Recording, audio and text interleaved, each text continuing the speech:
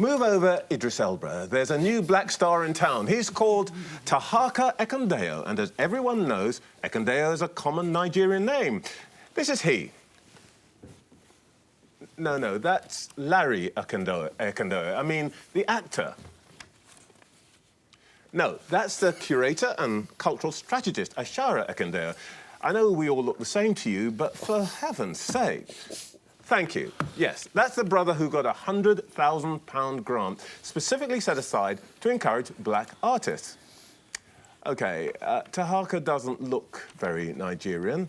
Maybe that's because his parents were Irish, as were their parents. In fact, as far as Anthony Lennon, as he was christened, knows, none of his ancestors ever set foot off the Emerald Isle.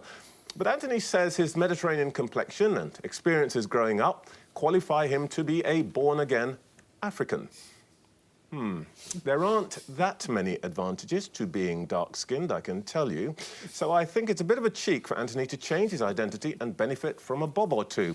My own family count at least one Celtic ancestor, but I don't think I'll be ticking the white Brit box anytime soon. This isn't just a race thing. Some people are saying that men should be able to choose to be women, willy-nilly, as it were. Well, I think that if you want to go into the women's changing rooms, you need to leave your wedding tackle at the door.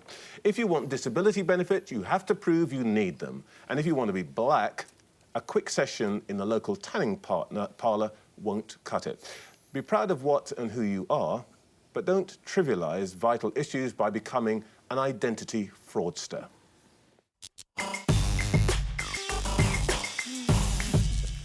Thank you for choosing this topic, Trevor. I've been having discussions with my friends about this all week. People are talking about it.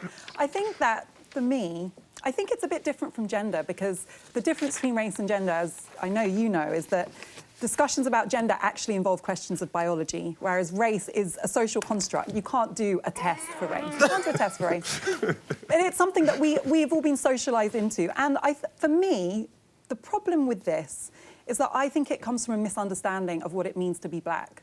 And I think that misunderstanding comes from the fact that we live in a society that is very hostile often towards people of colour. And many people of colour have had, throughout their life living in this society, that experience of racism. But I think what Anthony Lennon has done is misunderstand what it means to be black as just the experience of having experienced racism.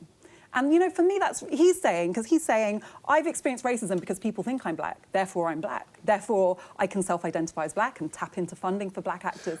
And for me, that is a real misunderstanding of what it means to be black. That's kind of diminishing our black identities into the fact that you've experienced racism. And I can kind of see how that happened, but I think it's really important to push back against it.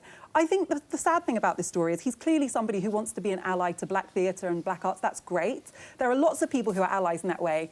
It's just not necessary to take the extra step of trying to change yourself, as you said, into something you're not. And that sadly undermines the whole project of wanting to be an ally in the first place. I'm with you, except on one point. I mean, actually, we say race is not biological. Actually, gender, you know, there are bits that are associated with gender. And frankly, with race, there's something that associates with my race, and it's all over me, OK? Yeah, OK, Trevor, I'm not going to deny race exists. I've written a whole book about it, as you know. But I think the more important point here is that I don't really want to have a go at Anthony or Tahaka or whatever he's called. What I really want to poke at here is the credulity of the authorities who are so afraid of somebody going, oh, you're being a bit racist, that they will put up with all kinds of nonsense, which in the end redound to the disadvantage of people of colour, or in the other case, I women. just want to, just before we hand over to everyone else, I just want to read you some tweets which I think sum up the matter quite pithily. This is from Coco Khan, at The Guardian, of course, Beth Paper, who says, Anthony Ekundeo Lennon is the epitome of white entitlement, to be at the centre of everything, to have access to every word, every culture, every community. That's not being an ally, especially when it might end up destabilising BAME arts funding. And some things ain't yours, fam, OK? Greg, couldn't have put it better myself. I just think, I agree with you. I think this was a daft decision by an organisation to say, because you think you're black, we're deeming you black, and I just think it was ridiculous. And you're right, there is an issue in, you know, I came out of television and out of theatre and the rest of it, and there is an issue about overwhelmingly white organisations. And if you look at... The author of the famous Hideously White, I BBC. was the author. It was interesting, because on the day after that famous Hideously White phase, I got a phone call from Lenny Henry, who just said, "You're dead right. Well, you know, this needs to be done." Which leads me into a quote from Lenny Henry. The figures as they stand in our industry are still appalling. BAME employment in film in this country is 3%. So 3% of the people that work on films and television in this country are black, Asian, minority, ethnic. You know, when you consider that places like London, for instance, is 40% BAME, that's a really lopsided figure. Yeah, I mean, Anthony Lennon, I want to be fair to him, because that's the kind of guy I am. He says, his defence of this is, some people call themselves born-again Christian, some people call me a born-again African. Don't like that. He says, I prefer to call myself an African born-again. But he was born, who knows what the difference is? Let me just finish what else he's going to say. He says, although I'm white, with white parents, I've gone through the struggles of a black man, a black actor. I don't think so, mate. Yes, exactly. I don't think so. Wasn't he pretending to be black so he could get money? No, he wasn't pretending. Fair, he has saying said he was openly black. that he's- Okay. No, he wasn't pretending. He believes this stuff. Did he? Okay. He's gone on the his record parents were saying Irish. he's white. Yes. He's gone Okay. on the record saying, I am white, my parents are white, So but wouldn't it be I better- see myself more Wouldn't it as be black. much better if the Arts Council awarded grants on merit, not on people's ethnicity? Isn't that a far simpler way of doing it? No, because organisations... No, it doesn't work that way. It doesn't work that way. You've got to look at areas where you say, hang on, there's something wrong here. It's not. And that's it's where you not use merit. public money to When help. you've got When- only 3% of an industry No, I agree. that's black and You've gotta ethnic, fix it. it's not a system operating on merit. So to correct it, you have to do something. I was chairman of the British Film Institute for 8 years, and we You did... have been kicked out of some of the best I films in the land. have. No, you're not allowed That's to do... extraordinary. Nick, you're not allowed to do more than 8 years, so that's when I wasn't... Oh, you were out kicked of out. We fight. found one. No, but the interesting thing was we did... I mean, we had the usual race relations policy that came up to us, you know, which was all... And we threw it out and said, that's no good. We fund, through lottery money, we fund a lot of films in this country. Therefore, we're going to start requiring you to demonstrate that you have taken into account I think that's right. the differences. And if you want public money, then you've got to have more black people and more ethnic minorities working in film. Now, that was probably 3 years ago. Yeah. It'll probably take It'd take a generation. a generation. Yeah. But you don't get the money for your film unless you can demonstrate you're doing something. I've got a couple of writer responses that I just quickly want to get in. This is from the Tolawa Theatre Company. They say, we've been at the forefront of the celebration and development of black British theatre and theatre makers since 1986. Anthony Ekundeo Lennon is Tolawa Theatre Company's Associate Director.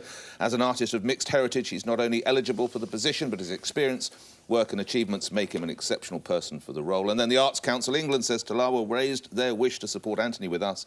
In responding, we took into account the law in relation to race and ethnicity. This is a very unusual case. We do not think it undermines the support we provide to black and minority ethnic people within the theatre sector. Summing up in a sentence, Trevor, you're absolutely right. But as we live in a time now, it's symptomatic of the age where you can just choose whether or not... Tolawa is No, an amazing by the way, can I company. They've claim done black amazing privilege work. here? It's Tolawa. Black Tell privilege. my apologies. I apologise. Tolawa have done amazing work. They are a great company, but I just can't understand why they would describe him as someone with mixed heritage when he's not. And Because that's the world in which we live, as No, Trevor but said. Look, It there's a- is. I mean, can I just make this? There is a, you know, we can laugh about this. There is a serious point, which actually slightly comes to one of the things you said, Carol. The problem that we've got at the moment is we have to understand where there are disadvantages in our society, and you've got to assess that on an objective basis. Yeah. So we know what the gender pay gap is, we know what the ethnic pay gap is. If you cannot define people on some sort of objective basis, and they just decide on Thursday I'm black, on Friday I'm a white woman, but tomorrow- then you tomorrow- will never know. You would never know what the pay gap is but- in but your some industry. some people I would never say- know what the some ethnic pay people gap would is in say mine. having a fund specifically for BAME people is wholly discriminatory. No, People it's would say, necessary. I think people would say that. I would, they're wrong. Yeah, Is it- yeah, they I stopped mean- saying that for No, 10 years no, ago. they didn't We stop we saying passed that. on I from think, that. I think you're back in People along. You've got to help them. 1968 or something. Yeah, no, you've got- I mean, No, but- seriously, lots of organisations have recognised where there are groups in society who are disadvantaged, you have got to give them some help. Yeah, but it is wrong that I can decide today that I'm self-identifying as a woman. Yeah. That's the problem. Try on bra and panties in Dorothy Perkins. Oh, God. You're not I wish we could have gone on to a bit more of I don't think you're doing much of a good job, Nick, I'm going to tell you. What an image. The audience has just left the room.